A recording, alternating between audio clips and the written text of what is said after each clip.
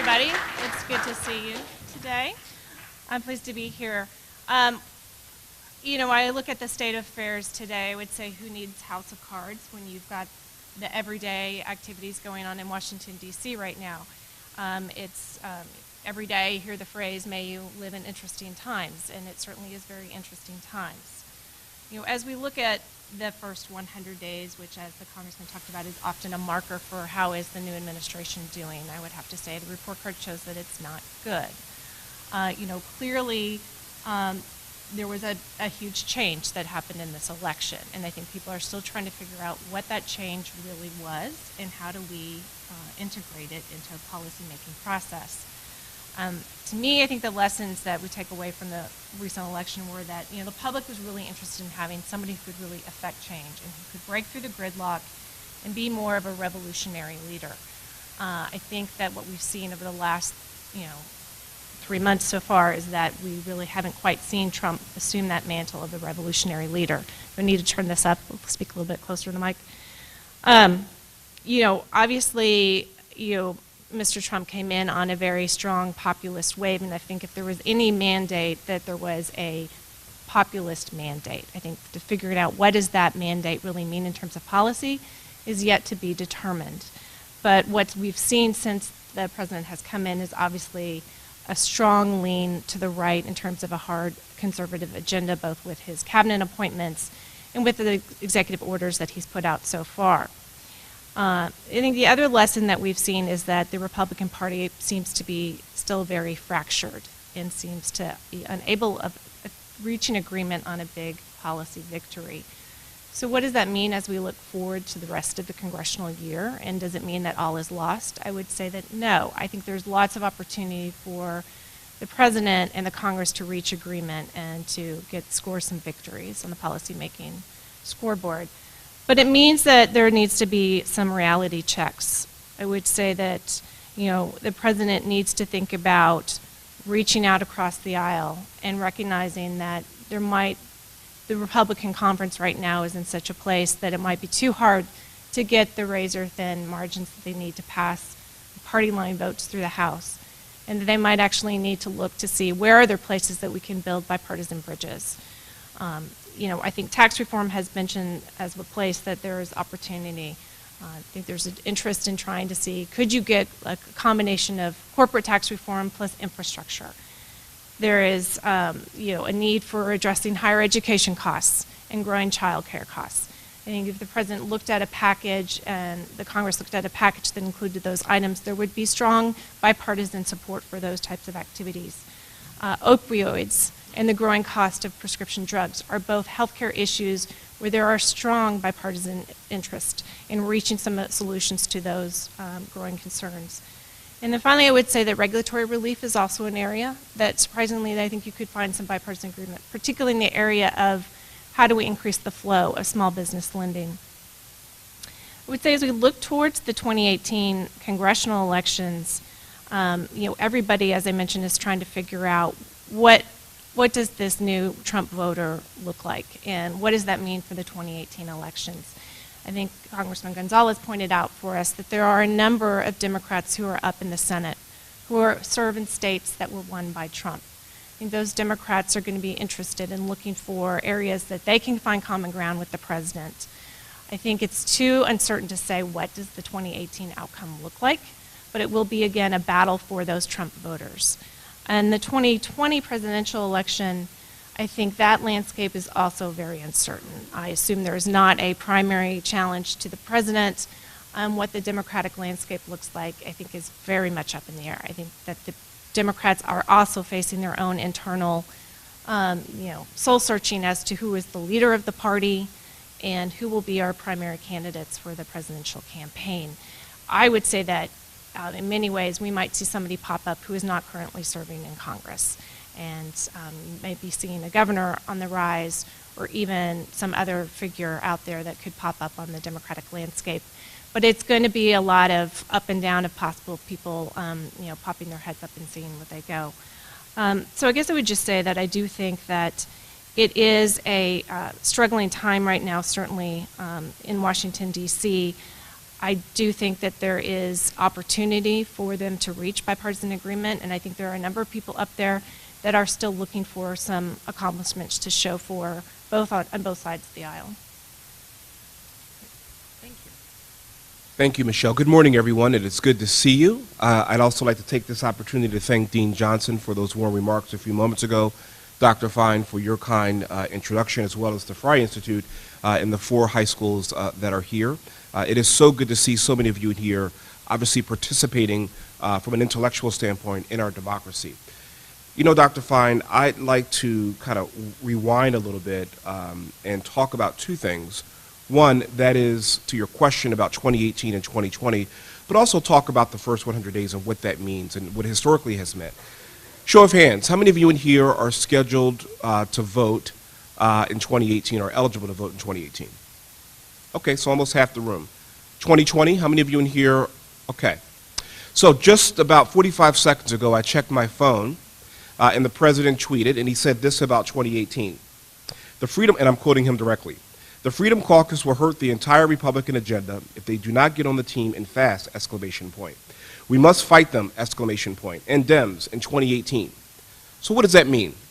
It means that the president, for the most part, is saying that 2018 matters. It matters in so many different ways. And if we rewind back to November of 2016, I'm sure probably half of the audience was very disappointed that your candidate did not win election. Show of hands, how many of you in here perhaps were rooting for Hillary Clinton? Show of hands for those of you who were rooting for Donald Trump. Show of hands for you who, quite frankly, didn't care who was in the White House. So that's interesting, and the reason why I asked the question is because I have the sneaky suspicion that in 2018, for those of you who did not care about the 2016 election, you may care in 2018. Here's why. Because your future is at stake when it comes to policy and also when it comes to politics. And I also want to address, where's Manny from Boone High School? You had the question a few moments ago to the congressman about what you could do or whether there's room for you, as I interpret it, in Washington. There is. And I think 2018 and 2020 could be those times where you could not only participate in politics, not only in Washington, D.C., but here in Florida. And the reason why I say that is because I believe that there is going to be a significant uptick in civic activity in 2018. I think a lot of people took this election for granted. I think they assumed certain things. They assumed that perhaps maybe Secretary Clinton would coast into the White House. Actually, I was one of those individuals. I think a lot of people thought that Donald Trump, quite frankly, wasn't qualified for president, and so therefore he possibly could not lead the free world. The reality is, ladies and gentlemen, is that he is our president, and the reality is that it's going to be a tough ideological fight in terms of whether or not Donald Trump is doing a good job or not. There are a lot of people out there that believe that he's doing the best that he possibly can under the circumstances. There are a lot of people out there that believe, and the president just said this a few moments ago, that the Freedom Caucus, how many of you here know what the Freedom Caucus is? So the Freedom Caucus is a group of Republicans, and I'm quoting them directly, they would vote against the 10 Commandments. They are an ideological group of individuals that believe in very, very limited government. They believe that Obamacare is wrong. They believe that big government in general in terms of spending is wrong. And they believe that the proper role of government is that it should be smaller as opposed to better. What does that mean in the context of the first 100 days? I'm curious to know how many of you in here actually know where that terminology comes from. I'm not surprised. The reason why I'm not surprised is because that terminology came from a gentleman by the name of Franklin Roosevelt back in 1933. So back in 1933, way before any of us were born, the country was really, really in bad shape. 12 million people were unemployed. 25% of the population were standing in breadlines. People had no idea what tomorrow was going to be with respect to their hopes and their fears, but also in terms of where they're going to live. It sounds a little bit like today in the context of, and not to be overly dramatic about this, obviously we don't have as many people unemployed, but there are millions of people out there who quite frankly do not know what tomorrow is going to look like financially. Dr. Fine mentioned a few moments ago that she wishes that some of you would potentially apply for school here in the coming years. Well, there are millions of people out there that obviously dream the same exact thing but have no idea how they're going to pay for it. And so in the context of a president that speaks very declaratively and who says that the only thing that we have to fear is fear itself, that was Franklin Roosevelt back in 1933, what President Roosevelt gave those individuals back then was a thing called hope and perhaps maybe a guarantee of a better tomorrow. And if you think about it in the context of what Donald Trump said during the 2016 campaign, the parallels are eerily similar. He spoke very declaratively about what he was going to do about the wall. He spoke very declaratively about how he was going to fix things. He said that he and he alone, I'm quoting him directly from the Republican convention, that he and he alone can fix things that, quite frankly, the established Republicans and the established Democrats cannot. So, Dr. Fine, back to your original question, 2018 is going to be a really interesting time. Because I think a lot of people, including yourself, are going to reflect upon the fact is that this country is kind of broken in many ways. And I think they're going to ask themselves is whether or not 2018 and this president is the time where Donald Trump can actually fix things, or perhaps he hasn't. And then you fast forward to 2020, and the question becomes is whether or not the president's going to run for re-election. I don't know. And quite frankly, I don't think he knows. But the reality is that for those of you who feel as though is that your voice is not being heard, and or if you feel as though is that you want to be a part of the process, then stand up. Stand up in 2018 and actually knock on some doors, or perhaps maybe get some folks on Facebook and Twitter to be able to follow the campaign and get involved in the issues and the beliefs that you believe in. Because it really does matter. I'm probably one of the rare individuals that believes that serving in public office is still a very honorable and noble profession. I believe that giving up something that's bigger than yourself is really, really important. And quite frankly, your generation needs to do a little bit more of that. And that means, maybe I should stop thinking about this and maybe thinking about this. Maybe I should perhaps maybe take that job in Washington, D.C., Manny, as opposed to the job in Silicon Valley. Maybe it's not about me, maybe it's about us. And I think collectively, if we start doing more of that, perhaps maybe we can break down some of the barriers that Congressman Gonzalez talked about a few moments ago, and perhaps that river where those two mooses were log jams could thaw a little bit. So the reality is now, and the reality is 2018 and 2020.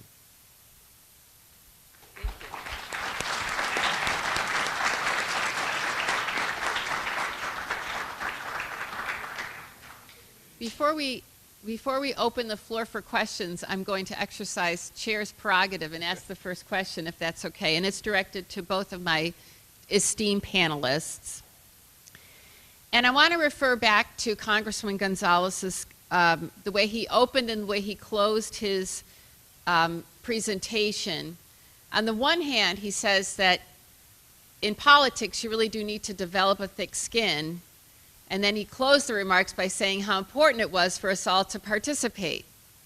So how do we develop a thick skin in politics so that we can participate and feel that it's something that we can continue to do? We know that in this last election, and it's continued, that there are certain labels that have been placed on individuals and people based on their party label, based on their issue position, and those labels were not intended as compliments. So I'm wondering, in light of your own backgrounds and experiences, how did you develop a thick skin? How have you been able to survive and to do so well in this difficult political environment? And what are those lessons for our young people today in light of the fact that there is an election coming up sooner rather than later? Thank you, Terry. I would say one of the most important things is, in kind of going into this question, is thinking about recalibrating what a win looks like for you, or resetting expectations of what you're going to get on the outcome of it. I think it was Reagan who was quoted as saying, obviously paraphrasing this, but aiming for 100%, but it will take 80%. And I think right now, too often, people who are interested in going into politics, it's about the 100%. And I think that if people would think about more, I'm going to move the marker ahead a little bit, or as much as I possibly can understanding I might get everything that I want. I think it's part of the process. The other thing is that it is a long game in the policymaking world. And fights repeat themselves. We're going through fights on issues that have been around for decades. Last Congress, they dealt with an issue that had to be dealt with under Medicare that with regard to reimbursement rates for doctors. There was a battle that had been going on for 17 plus years. They only just resolved it last year, or last Congress. So I think you have to go into it with a mindset of knowing that the fight you fight today, it's only one fight in a long road to accomplishment. And then as the Congressman talked about, I think that relationship building is obviously critical to this effort. There is too little relationship building that's obviously going on in Washington, and it is very hard to cut deals if you don't fundamentally trust the person across the table from you. How do you develop that trust? As the Congressman talked about, fewer and fewer people are staying in Washington, D.C. and are going back home on a more regular basis.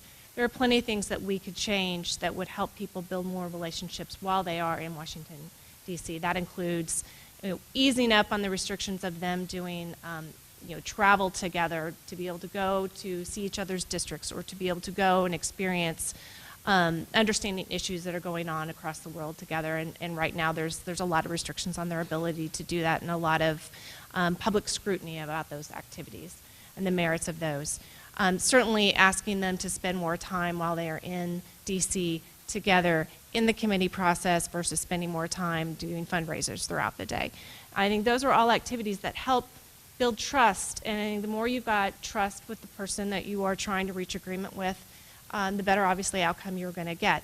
I think that looking at the long game and looking at what would be seen as maybe small victories along the way will go a long way to achieving the end results. Thank you. One of the most profound professional pieces of advice that I got was back in 1996 when I started off in the Senate in the mailroom opening up mail for a senator. There was a gentleman by the name of Fritz Hollings, who was a Democrat from South Carolina, and a gentleman by the name of Rick Santorum, who was a Republican from Pennsylvania. And they used to have these brown bag lunches for new staff. And you could ask them any question that you want, and it was totally off the record. And I asked I worked for Senator Santorum, so I kind of knew him a little bit. So I asked the questions more to Senator Hollings. And I said, Senator, how do you succeed in Washington? How do you get things done? And he was smoking a cigarette. This is when you could actually still smoke in the office building. And he took a long drag with a cigarette, and he went like this and puffed of smoke, and he said, never take anything personal. Always assume that the person that you're working with is a patriot just as much as you are. And always assume that they're out to look out for their best interest just as much as you are.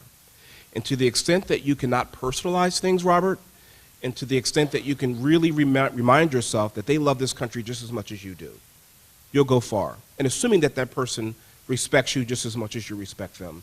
Actually having a conversation, to Michelle's point and the congressman's point, getting to know your friend and colleague and understanding their point of view, understanding where they're coming from. You don't have to agree with it.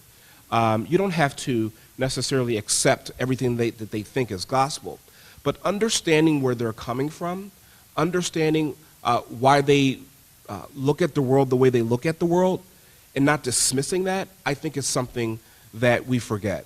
And oftentimes in the age of social media, I think we do that a little bit too often, where we'll just equally dismiss someone because it's easy to do. And not thinking it through and understanding, well, you know what, this person is a conservative perhaps because of their religion or because of where they grew up or whatever, it doesn't matter. But not questioning their love of country and their love to actually accomplish something, I think has helped me along the way. So hopefully that answers your question. Thank you very much. My question is in regards to, I guess, the general agenda of the Democratic Party or the left. So I've been thinking a lot about, like many of us have, like how did we get here and how could this happen?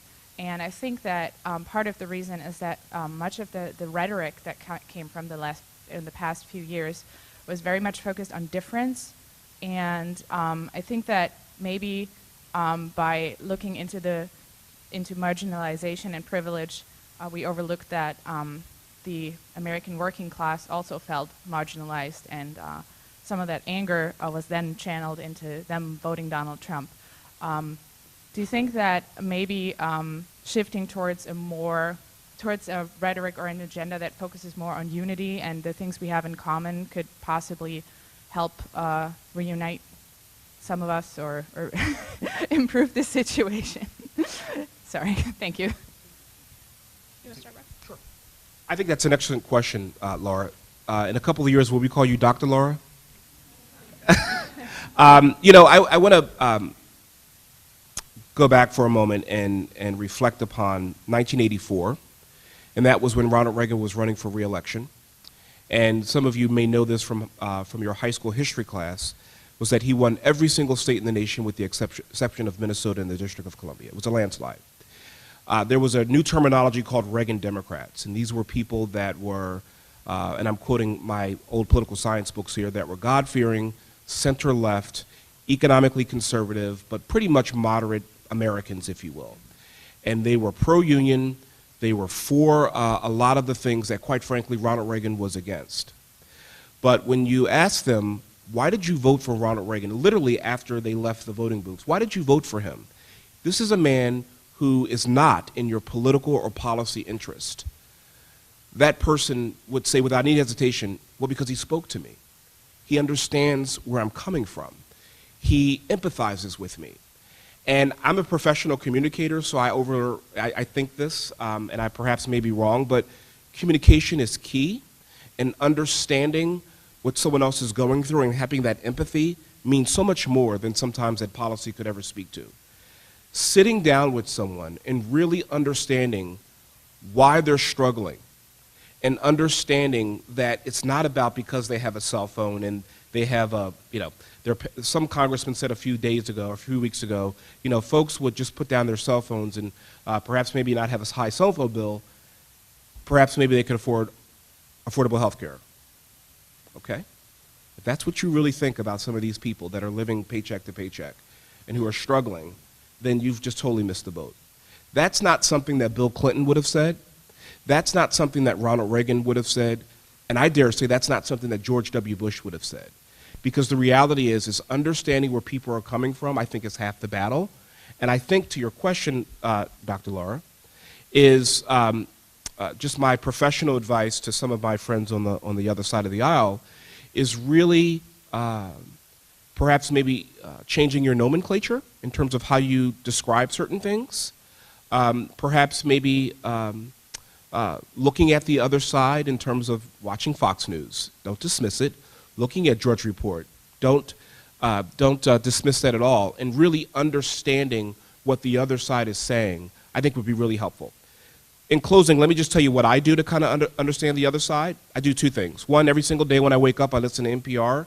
I read the Wall Street Journal, the Philadelphia Inquirer, and I purposely randomly read some newspaper around the country. It could be the Atlanta Journal-Constitutional. It could be the Sentinel here. It could be the Miami Herald. And I'm particularly interested in the comments at the end, where people will interpret the reporter's take on whatever the issue may be. And oftentimes, particularly during the 2008 and 2012 elections, people often would say, Obama is fighting for me, or I'm living paycheck to paycheck, or whatever the case may be.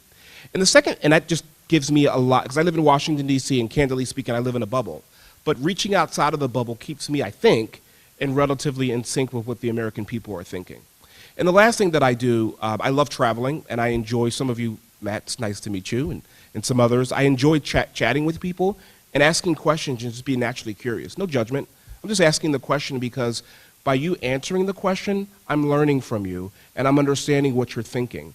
And I'm not suggesting that Democrats do not do that a lot, but I am suggesting is that I think we all, particularly Democrats, may want to do a little bit more.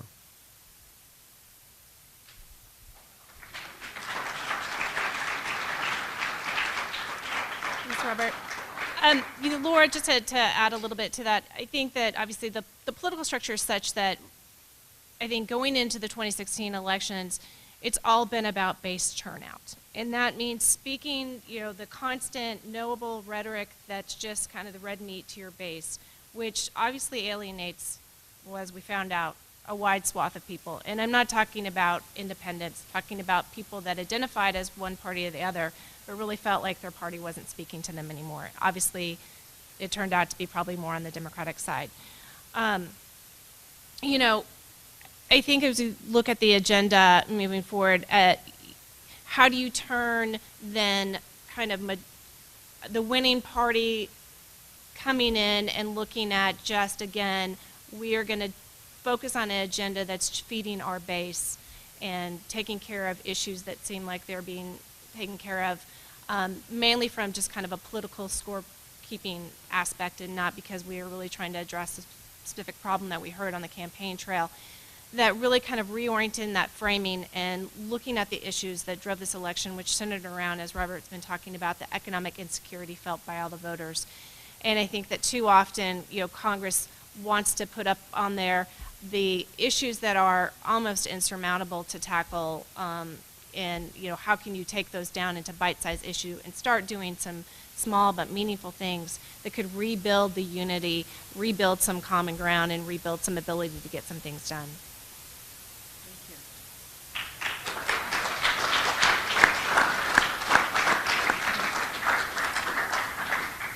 If you were to grade Donald Trump on what he does and why, what would it be? And then my other question is, how as people, how can we get more involved with the political stuff?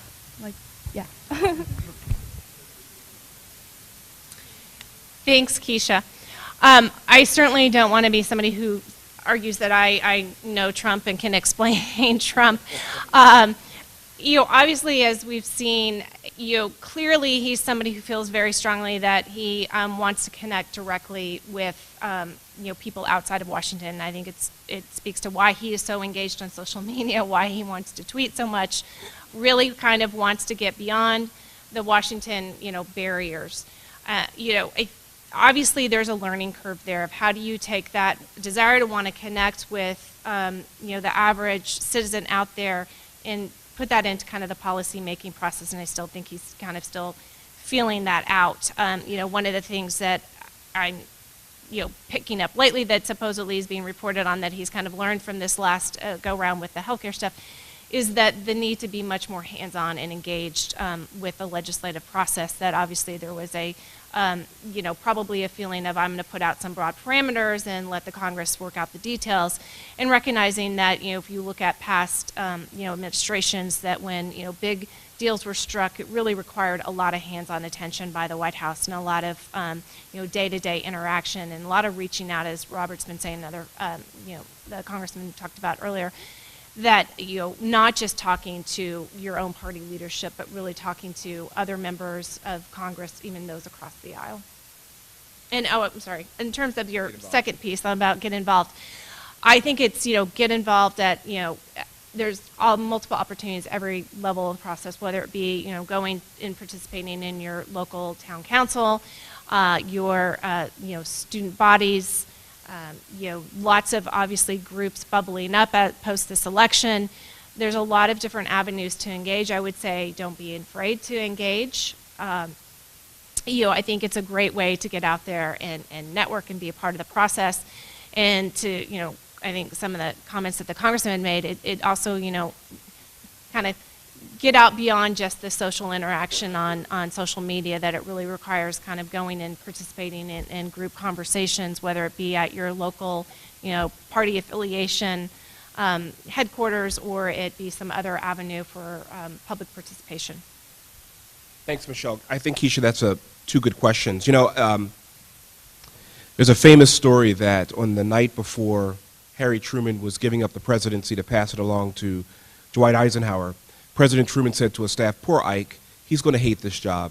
He's going to say, do this and do that, and nobody's going to do anything because they're just going to look at him like he's nuts." And the reason why Harry Truman said that is because, as you may know from your history class, Dwight Eisenhower was a general, and generals are used to doing their thing. Oftentimes, generals will say, do this, and everyone will say, yes, sir. Well, I think Donald Trump is suffering from this a little bit, where, quite frankly, in his real estate empire, he was and is the boss, and so a lot of people listened to him, and he said, I don't know, fix this light bulb or build this building, and people said, yes, sir. Well, the presidency is much more nuanced and much different than that. And I think this president is learning hands-on how to be president. I think we're seeing it. It's messy. I don't deny it. It's messy. But we're seeing him learning on the job. And for some people, that's frightening. For some people, that's reassuring, because he represents why they voted for him in the first place, something that's completely different and unorthodox. So why does he do the things that he does? I think he's doing it because he knows no other way, Keisha. I think he's doing it because this is how he operates. This is who he is on many different levels. And then the question becomes is whether or not, to the earlier question, are we going to accept this? Is this the new norm? Are we going to reaffirm this in 2018 and 2020, which kind of rolls into your second part of your question? And I want to be a little bit more lower. Yes, 2018 and 2020 is important, and yes, you should get involved at the national level if, in fact, you so choose. But I had a friend the other day, he and I were texting back and forth, and he says, ugh, and he had this emoticon with a frowny face, and I said, what's wrong? He said, I got jury duty. And I replied back and said, that's not a ugh, that's a yay, and I did the emoticon with the 2 thumbs up. And then I called them, because I didn't think this was appropriate over text. I said, dude, this is how the democracy works. You know, getting, at a very small level, getting jury summons is how this thing called democracy works. And if, in fact, you look at this as an ugh, then you're part of the problem. So let's be a part of the solution here. And so, yeah, is it inconvenient to be in jury duty probably for a day or two? Yeah, sure. But the reality is that if, in fact, you're not a part of the solution, and if you're not willing to be a part of solving some of the issues that the Congressman and Michelle is talking about, then you really don't have a lot of credibility to complain. And so if, in fact, it is, Keisha and your colleagues, if you're interested in animal cruelty, if you're interested in health care, if you're interested in helmet safety, if you're interested in nuclear proliferation, the good thing about it is that no matter what you're interested in, I guarantee you there's some way that you can get involved. And so the question becomes, are you willing to look yourself in the mirror and say, yeah, I want to contribute in some way, shape, or form? That's really the question.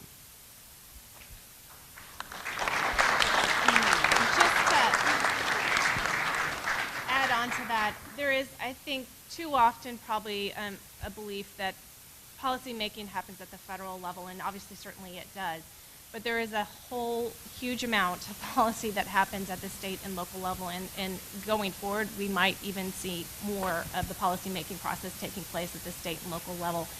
And I have no doubt that your state representatives and delegates would be more than happy to have you come in and volunteer some time in their offices. So I would definitely encourage you to look at that as an avenue as well.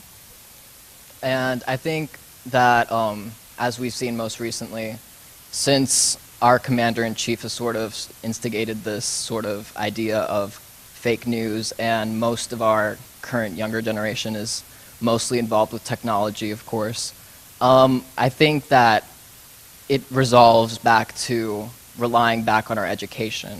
And since education isn't primarily focused much in the scope of government, what would you say would be a suggestion or perhaps a way to improve upon the current settings that are in place for education so that the students can sort of benefit more, that the teachers can teach more and sort of inform everyone to be an informed citizen? Because according to my AP government teacher, most American citizens aren't really informed of the scope of government.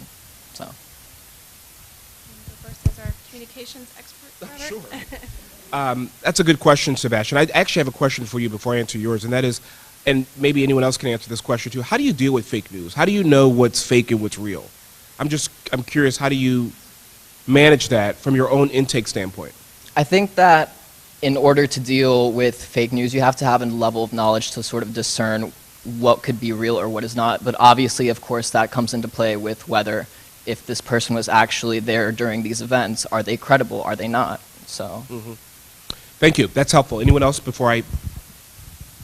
actually find this fascinating because we're dealing with this as we speak in terms of what's fake and what's not. And what's also really interesting about this, as you know, we have a president that sometimes embraces what's not real, as I understand it. And that's a question that we have to ask ourselves. The way I kind of filter it out is I kind of scientific method it. You always got to check three credible sources, make sure that these three credible sources are saying things that are kind of in line with each other. You got to make sure that you're getting information from more than one source, because there's always a potential for bias or fake news, as is allegedly said. Thank you. To your original question, Sebastian, and I'll defer to Michelle a little bit on the policy stuff when it comes to education, but as I understand it, more and more students and teachers feel squeezed on both ends. Students feel like they're being tested out of the wazoo. A lot of teachers feel as though they're being mandated from the top. I don't have an answer to that, but what I do know is that when you take a look at, is there a train coming underneath or something? What I do know is, wow, it's really, really rumbling. What I don't know is what is underneath us. But what I do know is that we have to figure this out because we clearly are lagging behind our international counterparts when it comes to science, technology, engineering, and math. What I also know is that, to your other point with your AP teacher said, is that, and it frustrates me to no end, that more and more Americans are becoming disengaged when it comes to the democratic process. And the question becomes, is to the Congressman's point, is the gridlock so bad, and I think that it is, that people have become so disillusioned? Probably the answer is yes to that. But you can't retreat. If anything, you have to move forward. The analogy that I would use is that the house is on fire, and I know the instinct is to run away from the fire, but ladies and gentlemen, now is the time to run towards the fire and be a part of the solution to take it out. And so what that really means, it goes back to my earlier point about really understanding the other side and trying to find some type of common ground. Now that sounds easy, and the fact of the matter is that it's really hard. I'm not suggesting that you can sit down with a Republican or with a Democrat and then you leave the room at the end of the day and have a handshake. I wish that was the case, but that's certainly not the case. But I think, to your point, an informed citizenry, understanding the other point of view, I think is part of the solution. When it comes to the educational part, as I said before, I'll defer to others. But the reality is that we really do have to figure this out. And I'm actually going to throw this hot potato back to you all.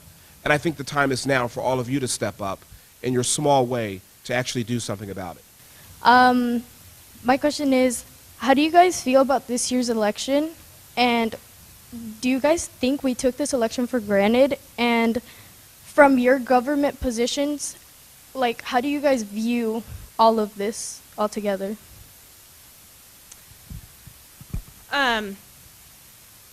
Obviously I think this was a very interesting election. I am not a political scientist, and I defer to the others who are in the room, that it was obviously, a pretty interesting outcome. I don't think that it's, the most unique outcome we've seen in elections. I think that obviously throughout our history there have been a lot of, it's quite a roller coaster, and definitely people kind of get discouraged and feel like we're more polarized than ever. Everybody is just battling. I think that if you look over our history, obviously that's just not true. We've had plenty of really tough times, and obviously we've figured out a path forward. I probably take most heart in our kind of historical path and use that to apply to the future, and know that I think that we can kind of overcome these challenging times. I think there was probably maybe some too much in this election, too much reliance on certain kind of traditional ways about looking at the electorate and not enough about kind of thinking outside of the box. I don't think that the election was taken for granted in the sense that I think that we saw really interesting turnout that we haven't seen in a while at this election, so which tells me that there were a lot of people who definitely felt very motivated to engage and want to change the direction that this country was headed in. How do we turn that into something constructive, I think, is the big question that everybody is still struggling with. And I don't think that certainly our lawmakers, our policymakers have that quite figured out. I do think that it's still going to be kind of a bumpy year. As I mentioned, I do think there are places that they can look for opportunities to try to kind of come together. But I think it's going to be a while before we really figure things out. For the sake of time, we can keep moving if you just, oh, sure. So I'm going to go out on a limb here, and I dare to say that this is not normal. The 2016 campaign was not normal in terms of what we saw. I think what we saw was something that was pretty unprecedented with respect to a very, very unorthodox candidate on the Republican side winning the presidency, winning the nomination, but then obviously winning the presidency. And then obviously Hillary Clinton with some of her personal situations when it came to the FBI and the emails and so forth. I would say this, to your question, Daniela. I was shocked the morning of Wednesday after the election. I questioned for a few moments my country and the decision that we made. I questioned whether or not this was the right thing. I was afraid, and I was stunned. Then come Friday, I said to myself, this is democracy at its best. These people spoke very declaratively about what they want. These individuals are really scared, and they're so frustrated that they've been screaming at the top of their lungs, and they think that no one's been listening. I have to respect their wish. As much as I disagreed with it, I have to respect that. I'm now in a place where I want to make this work because I want my country to succeed. So in theory, I want this president to succeed. And so I went from, I guess almost like, what do they call the 4 stages of grief? Now it's acceptance in many ways. And again, I don't want to sound overly contradictory here, but this is how I feel. And that is, I want this president to succeed because in a strange and twisted way, he is so unorthodox that he actually can succeed because he doesn't have a natural constituency. He doesn't have to fly home to New York to be with his constituents. He doesn't have to do some of the things that a traditional president would have to do with respect to maintaining the party base and all the other things that a first-term president has to do. So I want him to succeed because I want the country to succeed.